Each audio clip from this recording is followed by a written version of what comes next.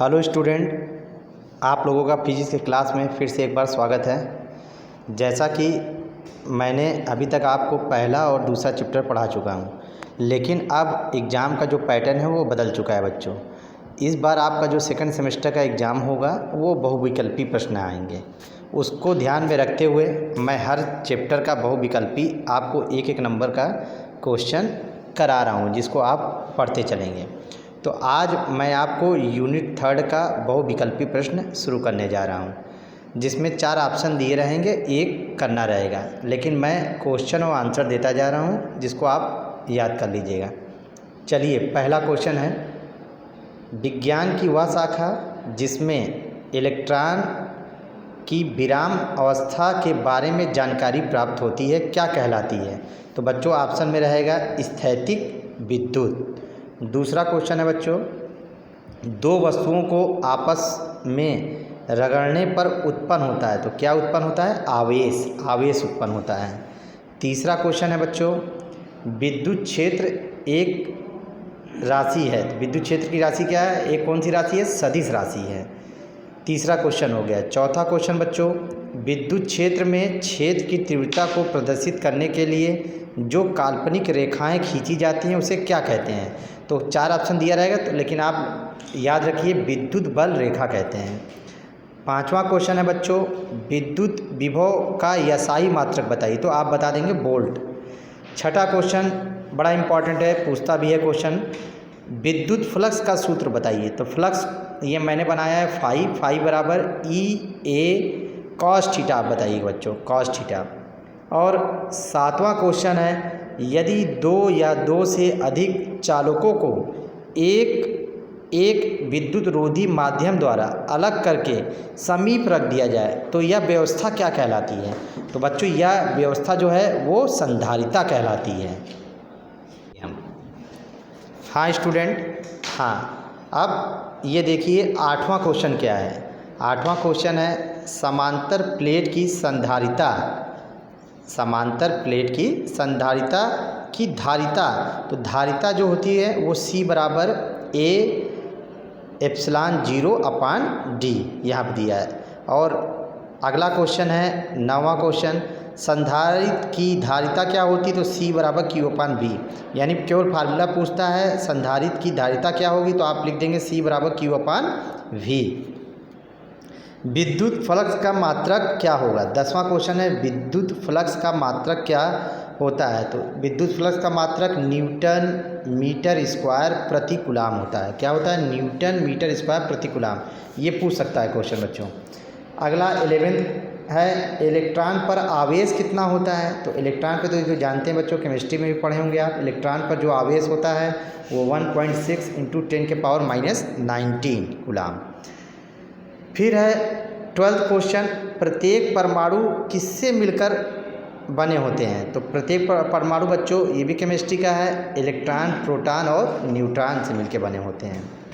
13 question है बच्चों, coulomb के नियम क्या होता है? तो कूलाम का नियम F बराबर 1/4πε0 × Q1 Q2/R का स्क्वायर होता है। तो कूलाम का नियम केवल फार्मूला आप याद रखिएगा, F बराबर 1/4πε0 × Q1 Q2/R का स्क्वायर।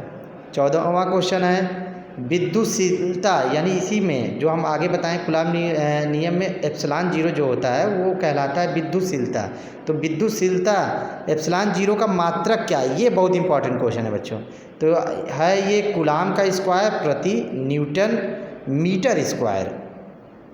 नेक्स्ट क्वेश्चन, विद्युत बल रेखा आवेश की सतह पर कितने अंश का कोण बनाती हैं? तो विद्युत जो बल रेखा होती है वो आवेश की सतह पर कितने अंश का कोण बनाती है बच्चों? 90 डिग्री का बनाती है। अगला क्वेश्चन है 16 नंबर, विद्युत विभव का सूत्र दें। तो विद्युत विभव का सूत्र जो होगा V बराबर W/Q0। तो विद्युत विभव हो जाएगा V बराबर W/Q0। और 17 क्वेश्चन है, विभवांतर का सूत्र दें। ये भी इंपॉर्टेंट है बच्चों। तो विभवांतर भी दो विभव के अंतर, तो यानी Vn - Vp बराबर Q/4πε0 ब्रैकेट में 1/Rn - 1/Rp। हेलो स्टूडेंट, फिर आपका 18 क्वेश्चन नंबर आता है विद्युत स्थिति ऊर्जा का सूत्र क्या है, यानी विद्युत स्थिति ऊर्जा का सूत्र क्या है। तो इसको कैपिटल यू से डिनोटेट करते हैं बच्चों। तो u बराबर 1/4 पाई एप्सिलॉन 0, ये जो होता है ये कांस्टेंट होता है। तो विद्युत स्थिति ऊर्जा का सूत्र केवल आपको याद रखना है 1/4 pi epsilon 0 dot Q1 Q2 अपान R का स्क्वायर। ये भी कूलाम के नियम पर आधारित है बच्चों। अब ये नेक्स्ट क्वेश्चन है 19, ये बहुत ही इम्पोर्टेंट क्वेश्चन है। गाउस के नियम दें, तो गाउस का नियम देना है बच्चों। तो गाउस का नियम क्या है, फाई ई बराबर 1/4 पाई एप्सिलॉन 0 इंटू 4 पाई क्यू। या तो बच्चों कर सकते हैं आप केवल फाई ई बराबर क्यू अपान, ये जो दिया हुआ है क्यू अपान एप्सिलॉन 0, ये दिया हुआ है। तो यानी फाई ई बराबर क्यों लिख सकते हैं क्यू अपान एप्सिलॉन 0। फिर है बच्चों धारिता का एसआई में मात्रक क्या है। तो धारिता का एसआई में मात्रक जो है वो फैराडे है, याद रखिएगा। धारिता का एसआई में मात्रक जो है फैराडे है। ये सब क्वेश्चन इंपॉर्टेंट है बच्चे, काफ़ी पूछते हैं। ऑब्जेक्टिव में 4 ऑप्शन दिया रहेगा आपको, उसमें से एक आंसर को टिक करना है। तो फैराडे जब आपको याद रहेगा तो धारिता का एसआई मात्रक आप फैराडे पे टिक कर देंगे। 21 है समांतर प्लेट की धारिता क्या होगी। तो समांतर प्लेट की जो धारिता होती है वो C बराबर A एप्सिलॉन 0 अपान D होती है बच्चों। तो ये हो गया आपका C equal to A epsilon 0 upon D।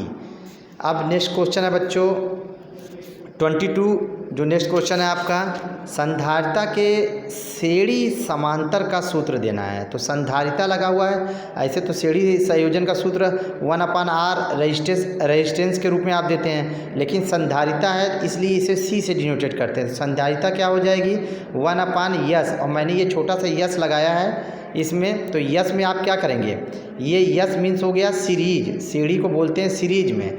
तो सीरीज CS बराबर 1/C1 plus 1/C2 plus 1/C3 plus dot dot dot 1/CN, यानी ये अपान में चलता है, उसको हम श्रेणी या सीरीज बोलते हैं इंग्लिश में। अगला क्वेश्चन है बच्चों संधारिता के समांतर क्रम का सूत्र दीजिए। समांतर क्रम को हम पैरेलल बोलते हैं। तो यहाँ पे C equal to C1 plus C2 plus C3 plus dot dot dot जितने नंबर रहते हैं। तो ये तो श्रेणी क्रम संयोजन का हो गया, एक समांतर क्रम संयोजन का हो गया। अब 24 क्वेश्चन को देखिए आप। दो चालक पदार्थों के बीच स्थित विद्युत रोधन पदार्थ क्या कहलाता है। ये भी देखिए इंपॉर्टेंट पूछता है क्वेश्चन। दो चालक पदार्थों के बीच स्थित विद्युत रोधन क्या कहलाता है। तो रोधन क्या कहलाएगा, परावैद्युत कहलाएगा, जिसे हम कैपिटल K से डिनोटेट करते हैं। तो बच्चों कैपिटल K से डिनोटेट करते हैं, ये कहलाएगा परावैद्युत। Okay student.